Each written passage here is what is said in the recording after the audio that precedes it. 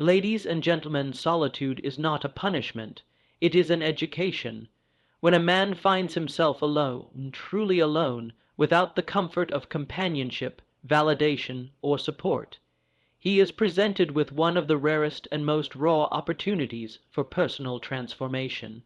In such moments, he is stripped of distraction and forced to confront the one person he cannot run from, himself. While the world may define solitude as isolation, the wise recognize it as a classroom. It is within this space that the mind sharpens, emotions stabilize, and the spirit is trained to endure. The silence becomes the instructor, and every passing hour alone becomes a lesson in resilience, identity, and purpose. Most individuals live life surrounded by noise, whether it's the voices of others, the opinions of society, or the constant digital hum of modern life. This noise often drowns out the inner voice, the one capable of deep self-reflection and decisive thought. But when a man has no one else, the noise vanishes. The mirror becomes clearer. What remains is the opportunity to assess where he stands, what he truly believes, and who he is without titles, relationships, or reputation. Solitude challenges a man to find value not in what others see, but in what he sees when no one else is watching. That confrontation, while uncomfortable, becomes the birthplace of authenticity. In solitude, emotions once buried are forced to the surface. Doubt, fear, regret, and even suppressed dreams begin to emerge. While this may initially feel overwhelming, it is also purifying. Emotional honesty becomes unavoidable, and through it, the man begins to understand the roots of his actions and the consequences of his decisions. Without external distractions, he can process the past, reflect on the present, and prepare deliberately for the future. This internal clarity is a powerful asset. It builds emotional intelligence and strengthens psychological stability, two qualities critical to leadership, discipline, and influence. Beyond emotional growth, solitude forces the development of mental toughness. When no one else is there to affirm, to guide, or to rescue, the man must become his own motivator.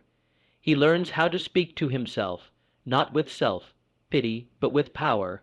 He sets his own schedule, enforces his own rules, and learns to hold himself accountable. Without applause or criticism, he refines the ability to work in silence, to move with quiet consistency. This self-governance, forged in solitude, becomes unshakable. It produces an internal momentum that cannot be interrupted by rejection or approval, because it was not born from external influence to begin with. It is also in solitude that vision is cultivated. Without the expectations of others or the constant influence of popular opinion, a man has the freedom to think deeply and broadly. His imagination is no longer filtered through groupthink. He begins to ask deeper questions. Why am I here? What matters most? What legacy will I leave behind? These questions, born in silence, create a foundation for a life lived with direction and conviction. He is no longer driven by trend or necessity, but by purpose. Solitude gives him the space to choose his path deliberately rather than inherit a path passively. Moreover, solitude is the proving ground of discipline. Without accountability partners or external enforcement, the man must become both student and teacher. Waking up early, setting goals, pursuing improvement, all of it must be self-initiated. There is no audience to impress, no mentor to monitor, only the quiet promise he makes to himself daily. And in keeping that promise, he learns to trust himself. That trust is not built overnight, but each small commitment kept in solitude compounds into confidence. This is the kind of strength that cannot be faked. It is silent, steady, and self-sustaining. The transformation that occurs in solitude is not loud or glamorous. It is slow, often painful, but deeply empowering. The man who emerges is not the same as the one who entered. He is more focused, more grounded, and more intentional. He has been refined by the absence of others, molded by the demands of self-leadership, and strengthened by the fire of being misunderstood, overlooked, or even forgotten. And yet, far from being diminished, he becomes unstoppable. He no longer needs the crowd to move forward. He carries within him a compass that does not waver and a will that does not yield. That is the power of solitude. That is where transformation begins. True growth does not begin in comfort. It begins in challenge. When a man stands alone, without support, affirmation, or a visible safety net, the only thing he has to rely on is his own internal structure, his resilience. This resilience is not just about enduring difficulty, but transforming it. It is the invisible infrastructure that supports emotional stability, rational decision making, and forward movement, especially when all external sources of strength are absent. Inner resilience is not inherited, it is developed, and it becomes the defining trait that separates those who merely survive from those who evolve. A man who builds resilience starts by mastering his response. Circumstances may be harsh, and pain may be real, but the choice of how to interpret and respond to adversity remains his alone. This choice is the birthplace of power. Where some see defeat, the resilient man sees feedback. Where others find chaos, he identifies an opportunity for self-discipline. This mental framing is not naive optimism, it is conscious strength. It means choosing to extract meaning from suffering and extracting growth from every setback, no matter how crushing it may appear at first glance. The development of inner resilience requires endurance. Life does not always allow easy exits. There are times when pain must be endured, not escaped, and in those seasons the mind is either strengthened or broken. The resilient man learns to sit with discomfort. He does not rush to numb it or distract himself from it. He studies it, he learns from it. He uses it to build tolerance, not for the sake of becoming numb, but so he can act with clarity even under pressure. This skill becomes essential in a world that constantly tests emotional and psychological limits. In solitude, every weakness becomes exposed, and this is not a curse. It is a gift. A man learns what he lacks when no one else is there to cover for him. Whether it's emotional reactivity, a lack of focus, or fear of uncertainty, these elements rise to the surface and demand attention. Resilience involves facing these flaws without excuse or denial. It is in acknowledging the weakness that strength begins. Each time he confronts an internal limitation, he carves out space for a stronger, wiser version of himself to emerge. Another essential component of inner resilience is commitment. A resilient man commits to his values even when convenience suggests otherwise. He commits to his routines, his standards, and his vision, even when results are delayed or invisible. This ability to stay the course, to remain unmoved by temporary setbacks or shifting emotions, is what builds durable character. External motivation fades, applause fades, but when a man is internally driven by his principles, his actions are consistent whether anyone notices or not.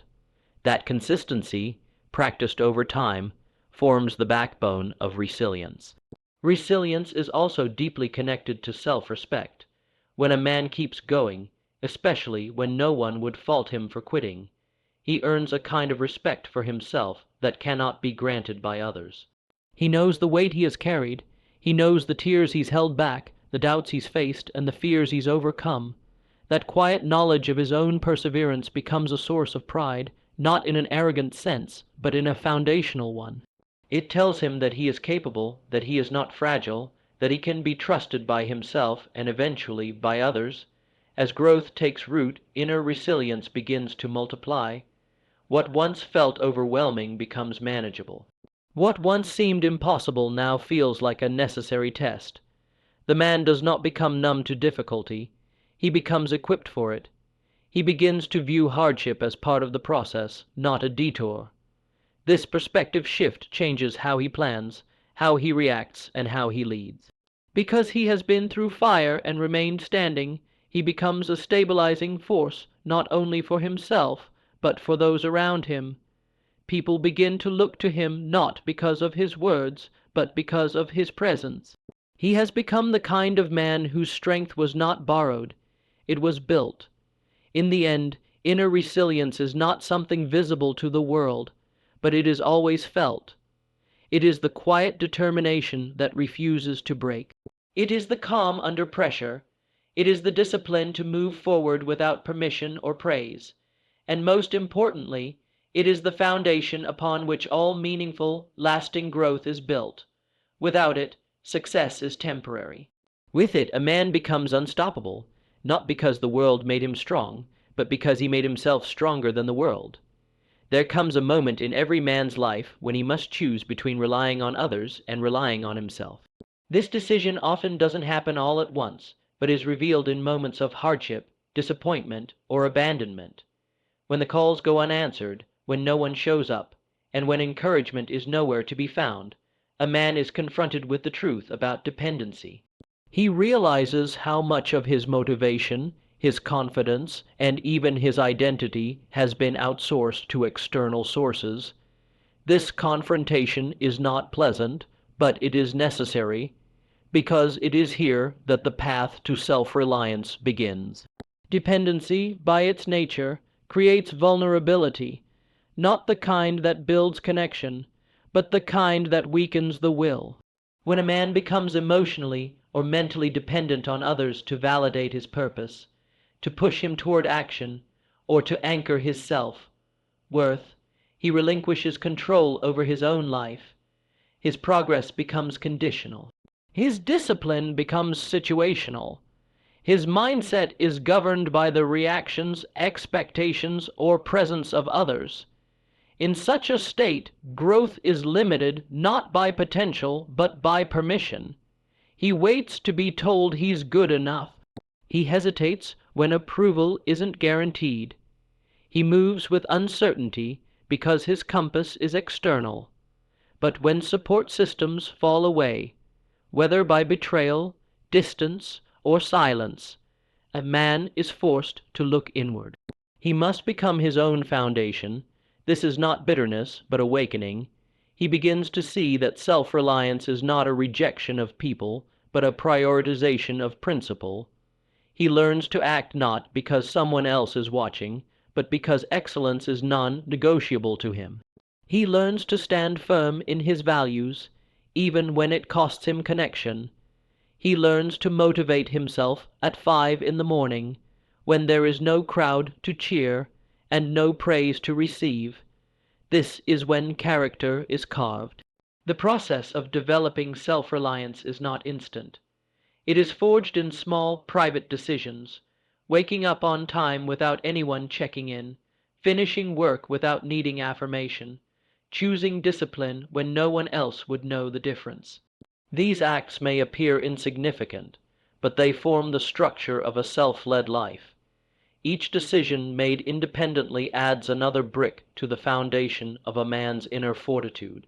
He begins to see that success is not about being carried by others, but about being willing to carry himself through every season, especially the ones where others fade away. A key lesson in this journey is the distinction between support and dependence. Support is appreciated, dependence is debilitating. A self-reliant man is not against help. He simply does not require it to move forward. He sees people as allies, not crutches. He is grateful when encouragement comes, but he does not wait for it to begin. When setbacks occur, he does not look for someone to blame. He looks for how he can adapt. This sense of ownership over his life increases his confidence, sharpens his decision-making, and deepens his self-respect. He no longer views himself as a victim of circumstance, but as the architect of his path.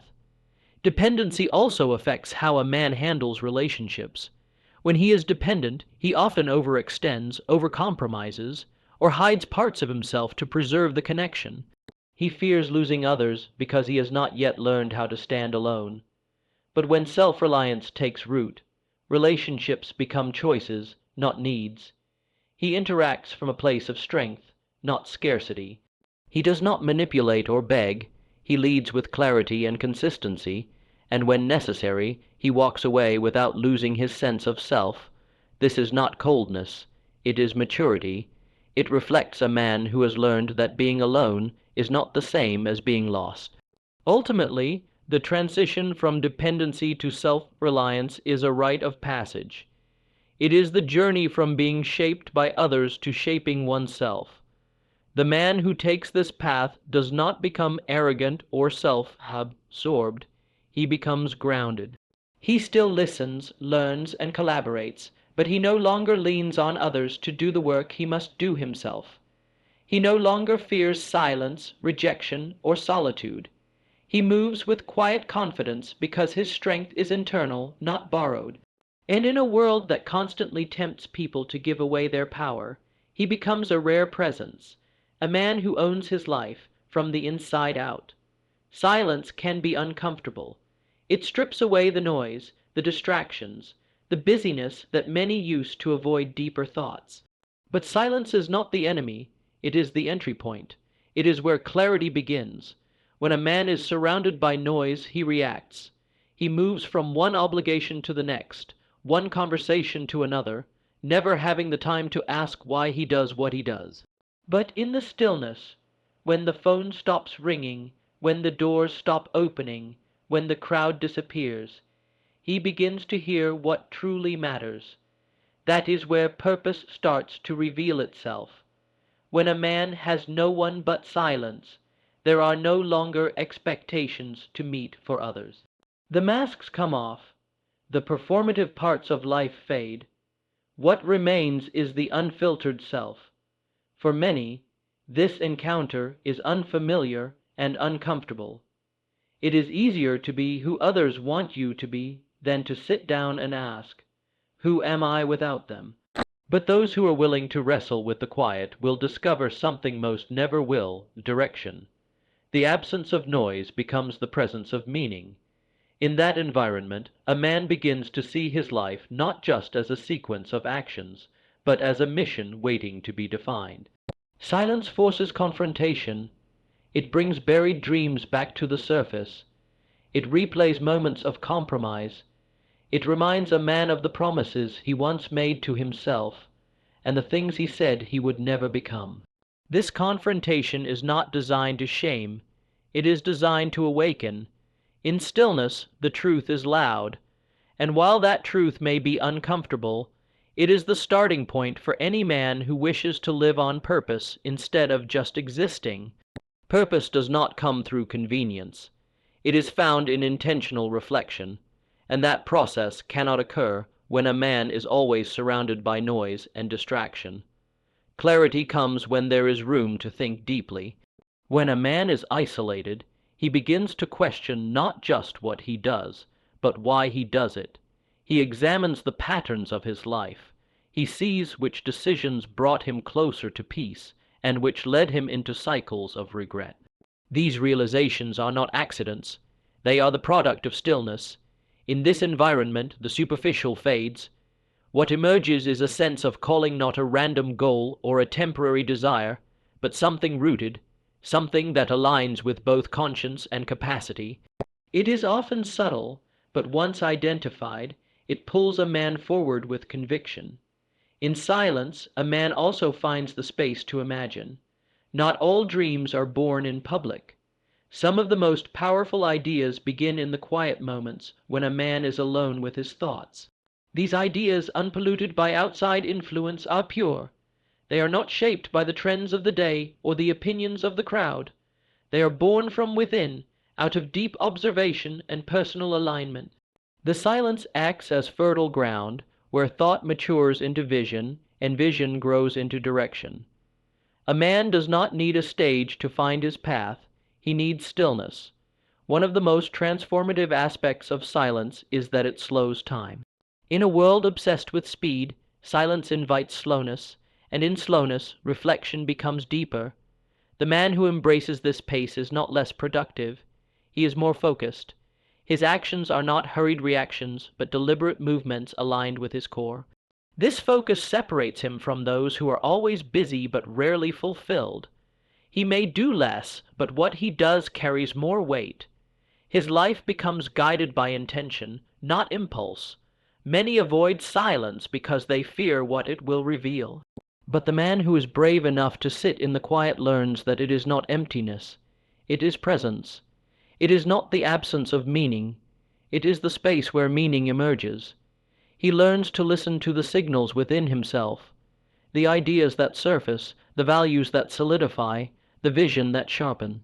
And over time, that internal alignment becomes louder than the chaos of the world around him.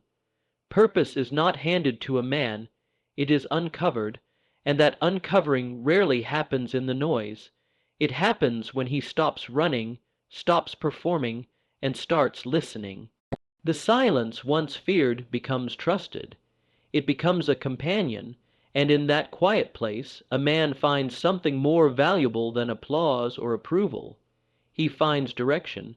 He finds reason. He finds his path when a man falls. What lifts him back up is rarely seen. The world may witness the moment he rises, the day he reemerges, the hour he reclaims his ground. But what sustained him during the unseen days, the private battles, the silent rebuilding, is often overlooked. Comebacks are not made in public. They are crafted in silence, powered by invisible forces that have nothing to do with applause, and everything to do with belief, drive, and discipline. These forces are internal, quiet, and consistent. They do not make headlines, but they define history. The strength behind every true comeback is built long before the moment of triumph. This invisible strength begins with resolve, not the kind that is declared loudly, but the kind that is whispered in isolation. It is the commitment a man makes to himself when no one else believes in him, when no one is watching, and when giving up would be easier than trying again. Resolve doesn't look like strength from the outside. It looks like repetition. Waking up every morning with no visible reward, practicing discipline when nothing seems to be changing, choosing effort over excuses, even when the results feel far away. These quiet choices, repeated consistently, form the foundation of resilience. Another part of this invisible strength is belief, not always in outcomes, but in process. The man who comes back does not always know how long it will take, or how exactly he will win, but he trusts that every small effort is a building block. This trust in the process allows him to keep moving forward, even in the absence of evidence. He does not need certainty, he needs direction, and so he builds systems, he builds habits, he removes distractions and focuses on essentials. While others are focused on appearances, he is focused on execution. This kind of belief is not emotional, it is strategic. It's what allows him to keep showing up when motivation fades. There is also a deeper kind of fuel, one that comes from reflection. A comeback does not mean returning to who a man was before the fall. It means becoming someone wiser, sharper, and more focused than he's ever been. That transformation happens when he reflects on what broke him, not to dwell, but to learn. He studies his mistakes. He identifies what needs to change. He accepts responsibility for his role in the downfall and refuses to repeat old patterns. This level of self-awareness requires humility, and humility, when paired with discipline, becomes a superpower. It allows him to evolve, not just recover. Pain, when properly processed, becomes a catalyst. It energizes, clarifies, and intensifies a man's mission. The man who has endured pain without explanation learns to work with pain, not run from it. It becomes part of his training. It sharpens his edge and tests his limits. He no longer fears discomfort, he expects it. And because of this, he can do what others cannot. He can keep moving when it hurts. He understands that progress and pain are not enemies. They are partners, and he learns to use pain as fuel, not a reason to quit. During the comeback process, external validation becomes irrelevant. He stops chasing approval. He stops needing recognition. He learns to validate himself through action. Each completed workout, each disciplined morning, each difficult decision made with integrity becomes a victory. These small wins accumulate, not just in results, but in identity. He starts to see himself not as someone who was broken, but as someone who is building. His story shifts from one of failure to one of foundation. And that shift happens not because others change how they see him, but because he changes how he sees himself. When the world finally sees his return, they may call it sudden. They may think he got lucky, found the right opportunity, or had some hidden advantage. What they won't see are the countless nights he went without answers, the days he fought off doubt, or the silent hours spent refining himself behind the scenes. They won't see the invisible strength that carried him through the fog. But he will know, and that knowledge becomes a permanent part of who he is. He will never again be dependent on praise, because he remembers what it took to rebuild in silence. Comebacks are not reserved for the chosen few. They are earned by those willing to keep moving in the dark. The strength behind them is not always physical or obvious. It is a mindset, a discipline, a quiet fire that refuses to go out. And once that fire is lit, no setback can extinguish it. That is the invisible strength behind every true comeback, a strength that cannot be seen but can never be broken. One of the most dangerous misconceptions a man can believe is that isolation means he is losing. In a society that equates connection with strength and busyness with success, being alone is often mistaken for failure. But isolation, in its truest form, is not a symbol of weakness. It is a season of refinement. It is not the absence of life, but the preparation for it. The man who learns to interpret isolation correctly does not break under it.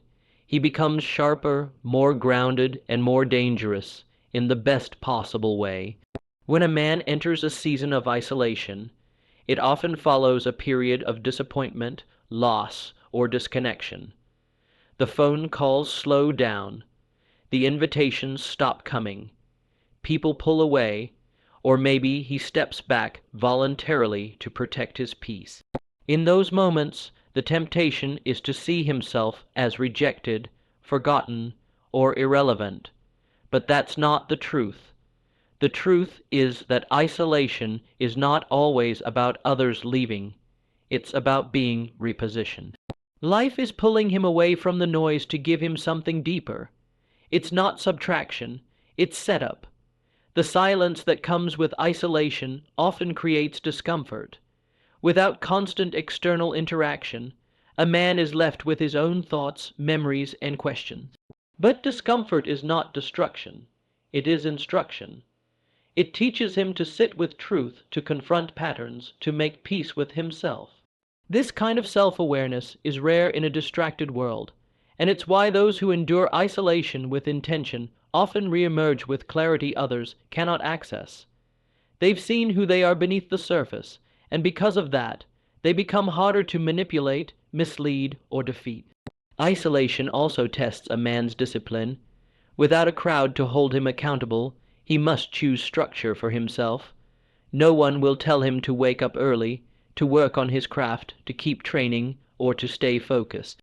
The responsibility becomes his alone. This daily battle between comfort and commitment, when fought in isolation, produces elite levels of discipline. It sharpens the ability to act without being watched, to persist without applause, and to stay consistent without validation. These are the habits that build legacy, not just reputation. Even in isolation, progress is being made, but it's often invisible at first. The roots grow before the tree breaks the surface. A man may feel like he is standing still, but he's being strengthened in ways he doesn't fully recognize yet. Patience, mental toughness, emotional regulation, clarity of purpose. These are not traits developed in crowds. They are developed in solitude. So while the world may overlook the man in isolation, he is not losing. He is developing a foundation so solid that when the time comes, he will not just reappear, he will rise. There's also a kind of freedom in isolation that most people never access. Without the pressure to conform, impress, or compare, a man begins to think independently. He starts to strip away the borrowed goals, the filtered dreams, and the expectations that were never really his. He begins to ask what he truly wants, what he values, what kind of man he wants to become. This internal alignment is rare and powerful because once he knows who he is without the noise, no one else can define him. The man who learns how to win in isolation gains an edge over the one who only thrives in community. That's not to say relationships aren't important. They are, but strength that is dependent on others is temporary. Isolation teaches self-sufficiency. It trains a man to lead himself, and when he finally re-engages with the world, he does so not from a place of neediness, but from overflow. He adds value instead of seeking it. He becomes an asset in every room he walks into, not because others built him up, but because he built himself when no one else was around. Isolation is not the end of the story, it is the turning point. It is not a void, it is a forge. The man who embraces it doesn't come out the same. He walks differently, speaks differently, and thinks differently. He no longer needs to be understood, accepted, or praised in order to stand firm. He has been through the quiet places. He has survived the mental war that most avoid, and because of that, he is not easily shaken. So no, isolation does not equal defeat. It is often the beginning of the greatest transformation a man will ever experience. It is where he stops trying to be what others expect and starts becoming who he was always meant to be. Alone does not mean abandoned. Alone means activated. It is the sacred ground where strength is reborn, focus is reestablished, and purpose is reclaimed.